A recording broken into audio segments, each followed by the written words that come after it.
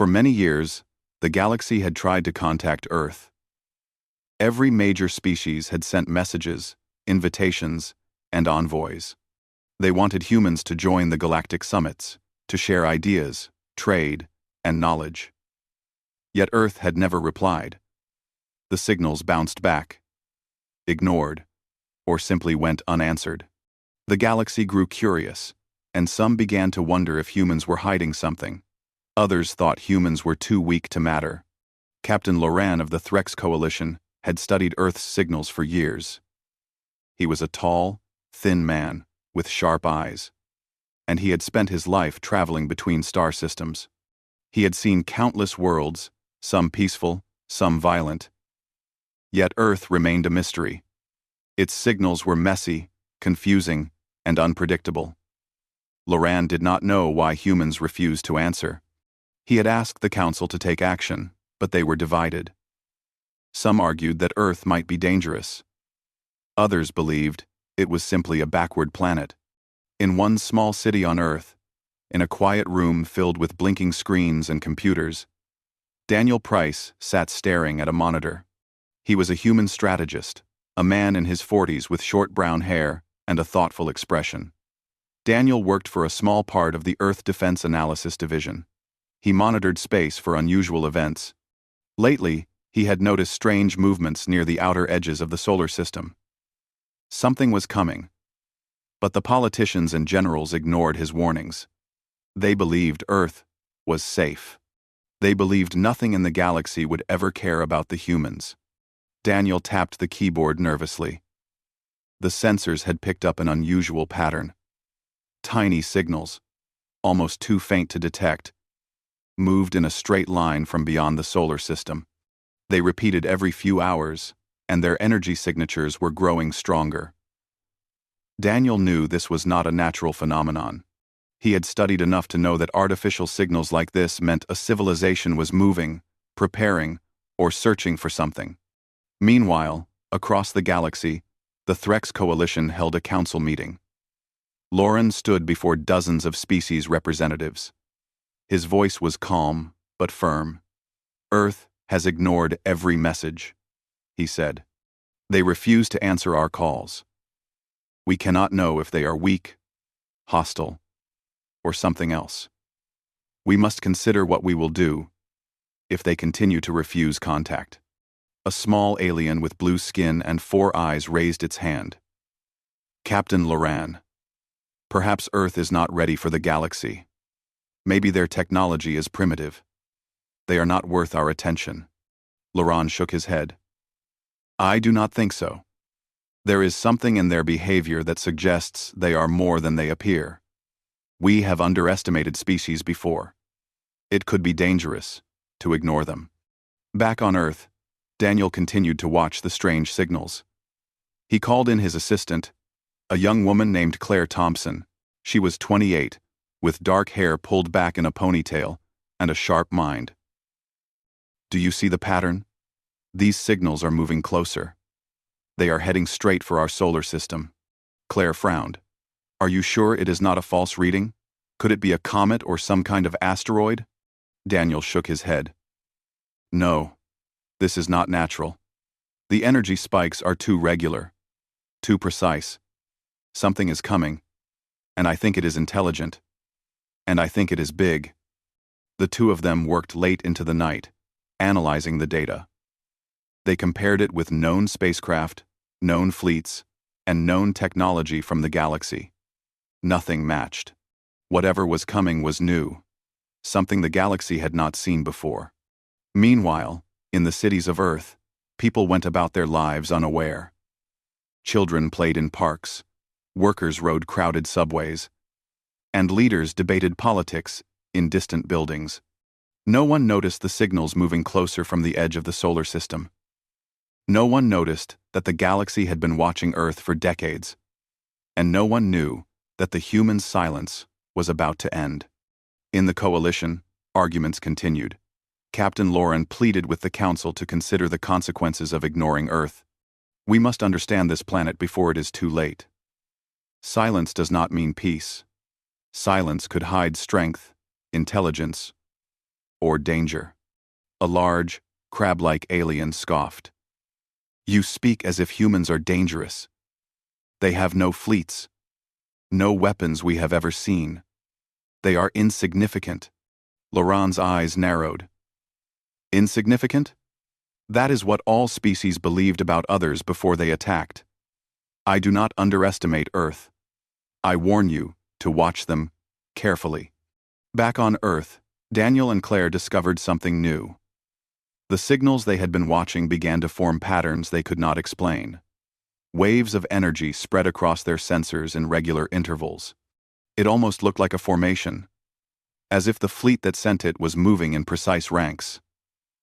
Daniel's heart began to race. Claire, this is not random. This is a fleet. They are coming toward us, and they are not small. Claire took a deep breath. How many ships? Daniel looked at the data. He hesitated. I do not know exactly, but it is hundreds, maybe thousands. The thought was terrifying.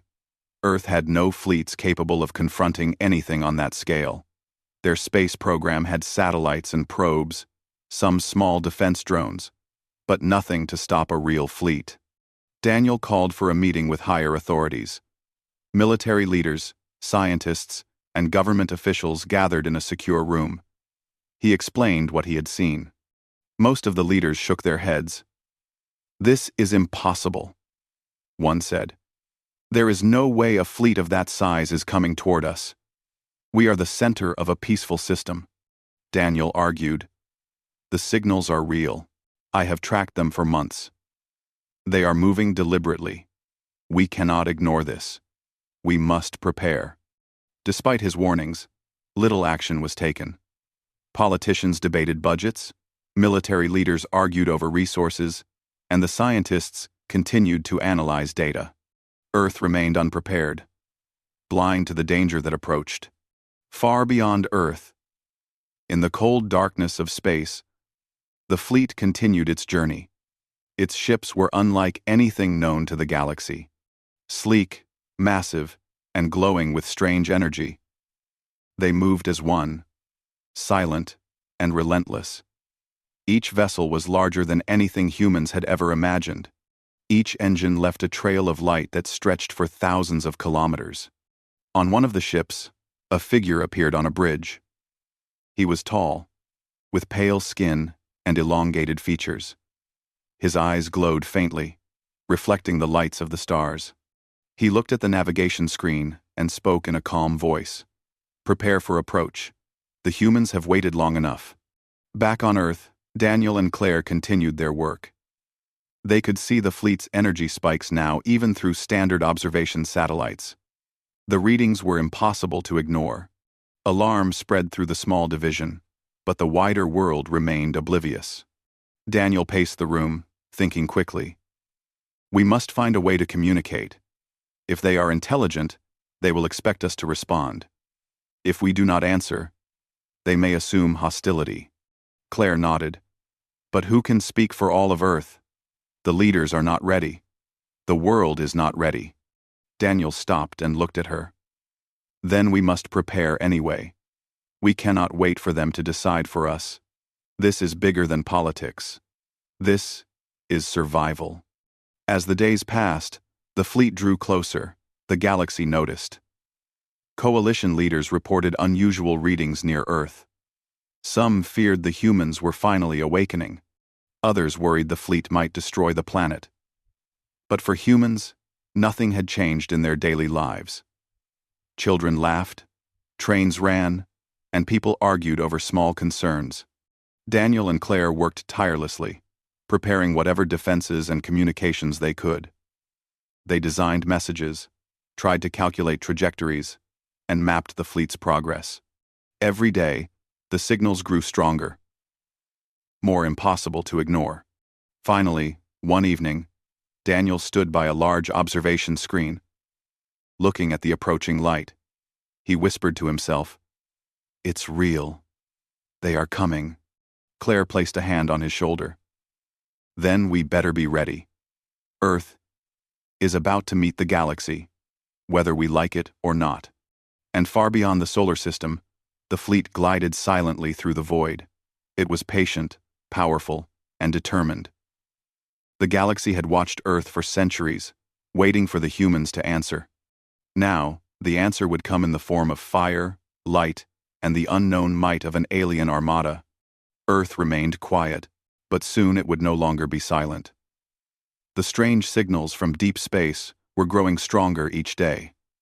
Daniel Price and Claire Thompson had been tracking them for weeks, and now it was impossible to ignore. The energy readings were massive, far beyond anything humans had ever measured. Whatever was coming, it was not a small scout or a research vessel. It was a fleet, and its approach was fast and organized. In the main operations room of Earth Defense Command, alarms began to sound. Screens flickered with sensor readings that no one could explain.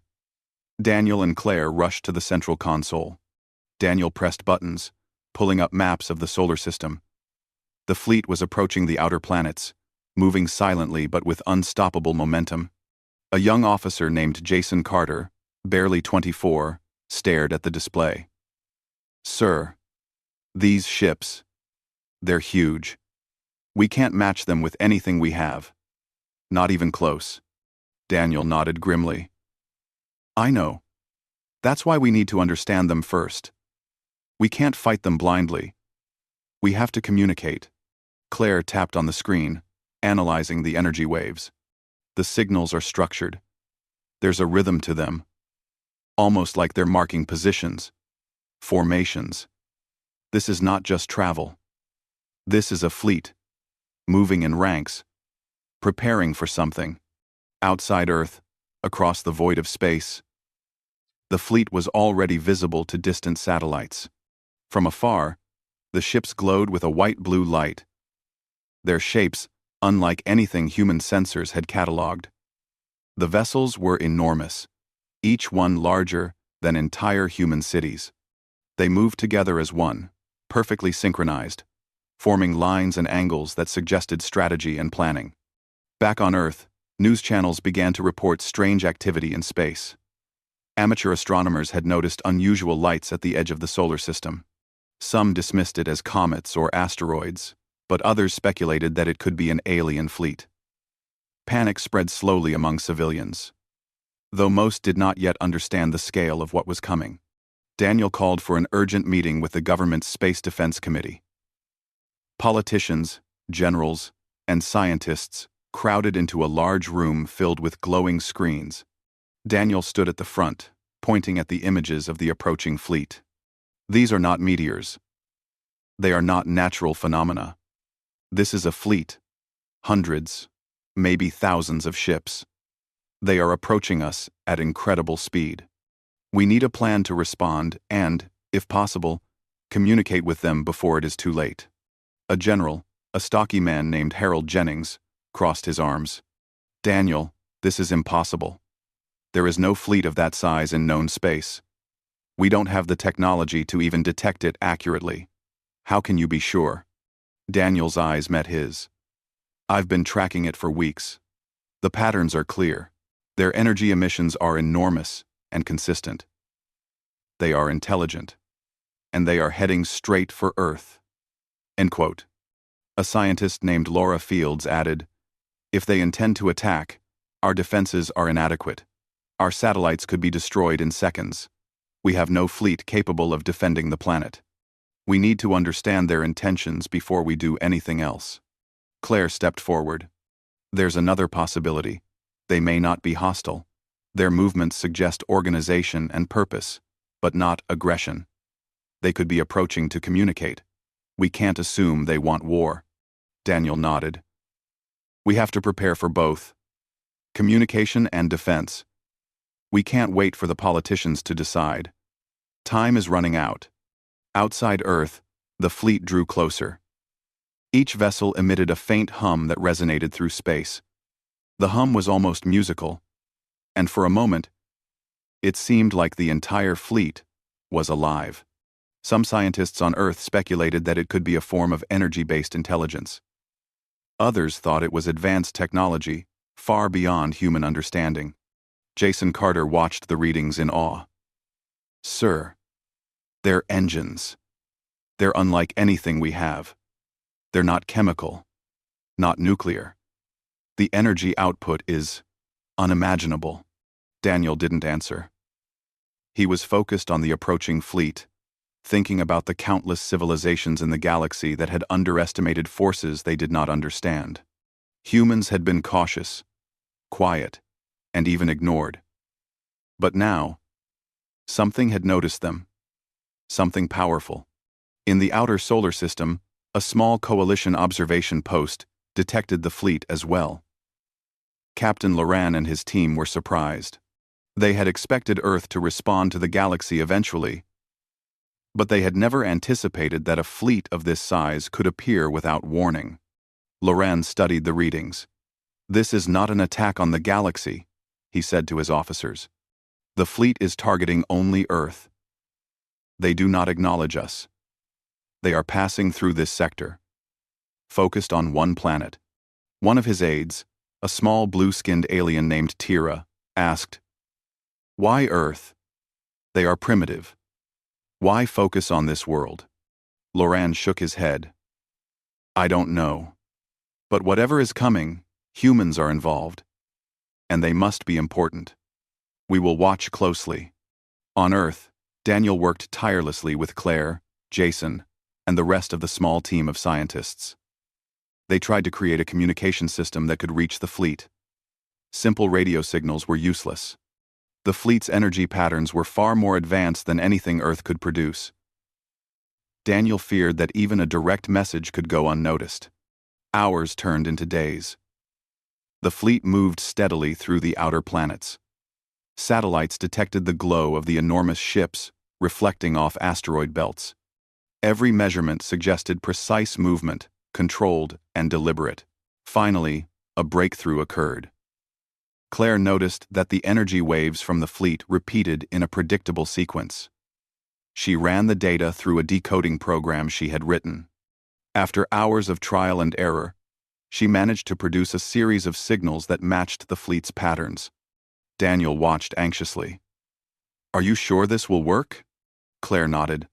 "I don't know if they can understand it as a message. But it's the closest we have. It's a signal that mirrors their own structure. If they notice it, it will show that we are aware of them and willing to respond." Daniel activated the transmission system. A pulse of energy was sent toward the approaching fleet. Seconds stretched into minutes as the team watched the screens. The entire world seemed to hold its breath. Then, a response. The fleet slowed. One massive ship separated from the main formation. Its engines glowed brighter, and a beam of energy shot toward Earth. The humans could feel it even in their sensors. The message was clear. They had noticed. A holographic image appeared in Daniel's lab. A tall, pale figure with elongated features and glowing eyes stared back at them. His voice was calm but carried weight. "Humans," he said. "We have waited for this moment for a long time. Your world has remained silent. Now we have arrived." Daniel swallowed hard. "Who are you?" he asked. The figure's eyes glowed brighter. "We are the Wardens. We watch civilizations that show potential. You have been observed for centuries. Your silence has been noted. You are not ready to join the galaxy, yet you are important. Something approaches, a threat beyond your world. We are here to prepare you." The room went silent. Daniel and Claire stared at the figure in awe. Jason Carter muttered, "A threat? What kind of threat?" The Warden's gaze swept across the room as if looking into their minds. "A force moves across the stars, consuming all in its path. Your species possesses traits necessary to survive and resist. Your world will need to awaken, or it will be lost." Daniel felt a chill run down his spine. The warnings from months of observation were now reality. Earth was no longer alone. The galaxy had noticed, and something enormous was coming. The Wardens paused. We will remain near your planet. Learn from us. Prepare with us. The coming days will decide the fate of your species and your world. Respond with wisdom, or the consequences will be severe. Then, just as silently as they had appeared, the massive ship rejoined the fleet. The remaining vessels aligned behind it, their formation precise and intimidating. The hum of their energy filled space, a reminder of the power now watching Earth. Daniel turned to Claire. We have no time. We have to start preparing. The galaxy is no longer far away. It's here, at our doorstep. Claire nodded. We need everyone to understand. This is bigger than politics, bigger than countries. This is about survival. Across the globe, Earth's leaders were finally paying attention. The threat was undeniable. Images of the fleet were broadcast to millions. Fear and awe spread in equal measure. And in the cold expanse of space, the wardens waited. Patient, powerful, and deliberate. Earth had been silent for centuries. Now, it had to speak, act, and rise. The galaxy watched as a small blue planet prepared for what would become the defining moment of its history. Humanity had ignored every warning, every invitation, every signal. But now, the silence was broken, and the coming days would reveal whether Earth was ready for the galaxy or whether the galaxy would decide for it. The fleet had moved closer to the inner solar system. Earth's satellites could now see the ships clearly. The enormous vessels glowed with white-blue light, reflecting off the icy surfaces of distant moons. They formed lines and patterns that stretched for millions of kilometers. Every planet in the solar system seemed small beneath the shadow of the fleet. Daniel Price stood in the observation room, staring at the screens. He had seen the signals for weeks, but now the reality was undeniable. The fleet was enormous. The scale of it was beyond comprehension. Claire Thompson, beside him, adjusted her glasses and shook her head. I never imagined it would be this close, she said quietly. This is huge. Jason Carter's mouth opened and closed, unable to find words. The young officer had always dreamed of seeing space, but nothing in his training could have prepared him for this. Sir, he said finally, how are we supposed to protect Earth from that? Daniel did not answer immediately. He felt a strange mix of fear and awe. We can't fight them, he said at last. Not directly. We have to understand. We have to learn. And we have to respond carefully. This is not just a fleet. It is something else. Something older than us. Across the globe, Earth's governments were scrambling. News channels broadcast images of the fleet, showing massive ships appearing near the orbit of Neptune. Panic spread. Markets crashed. Citizens crowded shelters, and emergency meetings were called in capitals around the world. Leaders debated endlessly, but there were no easy answers. Earth had no fleet capable of defending itself, no weapons powerful enough to stop even one of these alien ships. Meanwhile, the wardens remained near Earth. Their leader, the pale figure named Arkan, had sent a direct message to Daniel and Claire. Prepare your planet, he said. Time is short, the threat approaches, and your species must awaken. You have potential, but you have wasted centuries in silence. Daniel stared at the hologram. What do you mean by awaken? Arkan's eyes glowed. You have traits other species lack: resilience, adaptability, and strength. Traits that will be essential in the coming conflict. But you must learn to use them together. You must unite, or your world will be lost. The hologram disappeared, leaving the humans in silence. Claire exhaled slowly. He's saying we are important, but I don't think he's talking about diplomacy. Something is coming. Something dangerous. Daniel nodded. And we have no choice. We have to act. The fleet has arrived. The galaxy is watching. If we do nothing, Earth will be destroyed. Outside, the fleet began to take a new formation. Smaller ships separated from the main lines, moving in orbits near Jupiter and Saturn. Their lights reflected on the gas giants, casting eerie shadows across the moons. Each ship seemed to have a purpose, a mission that humans could not yet understand. In Earth Defense Command, the team worked day and night. Daniel and Claire coordinated satellite scans, energy readings, and attempts to communicate. They tried sending new signals, pulses that matched the fleet's patterns. Each time, a response came, confirming that the Wardens and their fleet were aware of Earth's attempts to reach them. Jason Carter paced the room. "Sir, the public is panicking. People are leaving cities, moving inland. How can we control this?" Daniel shook his head. "We can't control it. Not yet. We can only focus on what we can do. We have to learn from them, understand their intentions, and prepare for what comes next. Everything else is beyond our control." Claire pointed at a screen showing a close-up of one of the massive ships. "Look at that. It's not like anything we've ever seen. No windows, no visible weapons. But it radiates energy. There's power in it. More than 1,000 nuclear arsenals combined." Daniel stared. "That's why the galaxy feared us.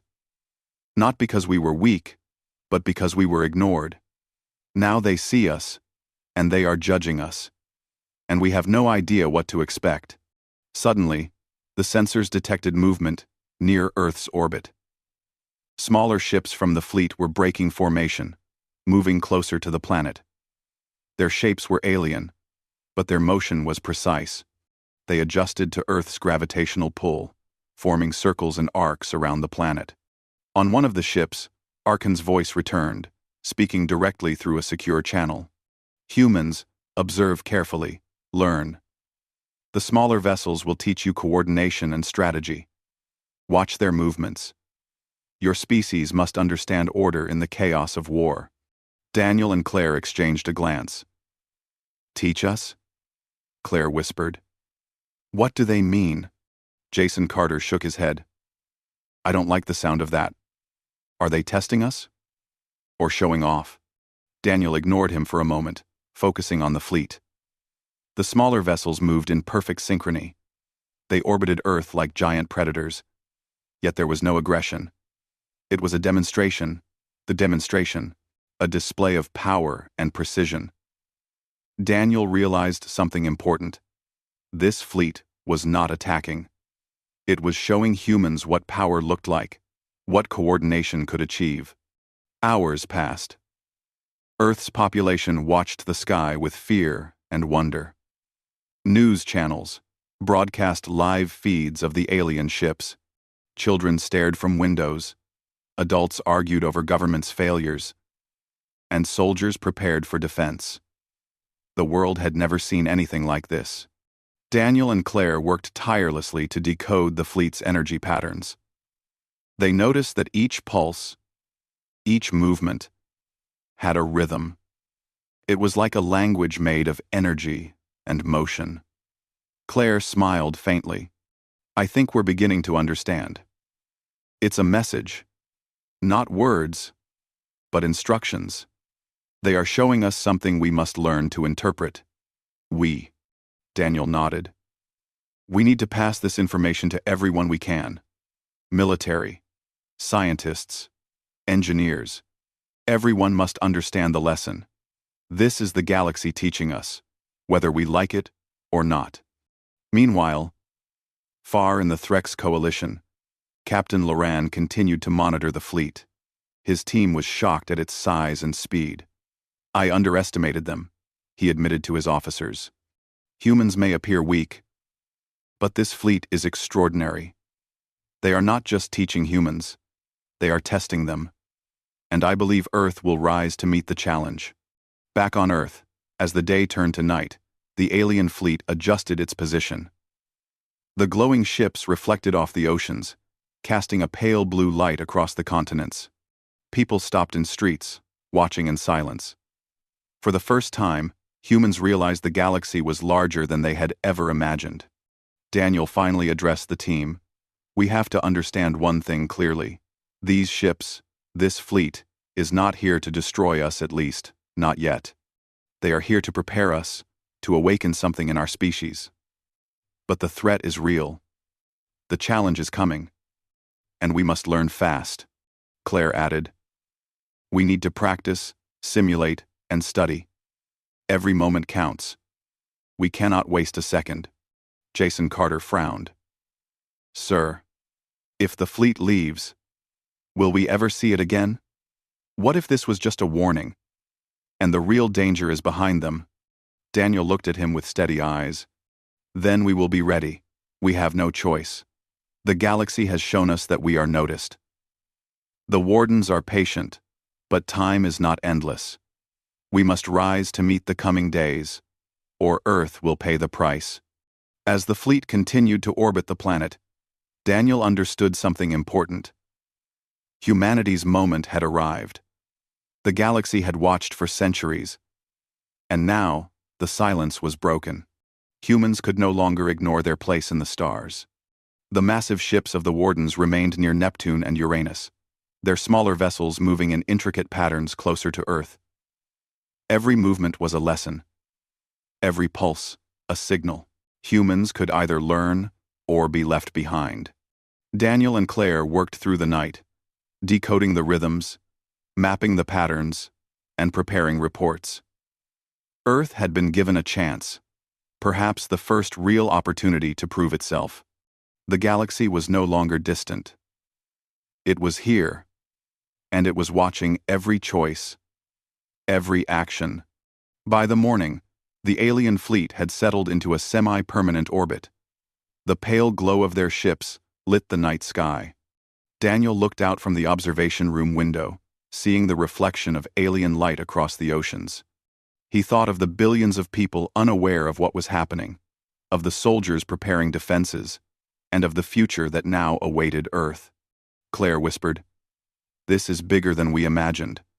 Bigger than any science, any war, any planet has ever faced." Daniel nodded. "Yes.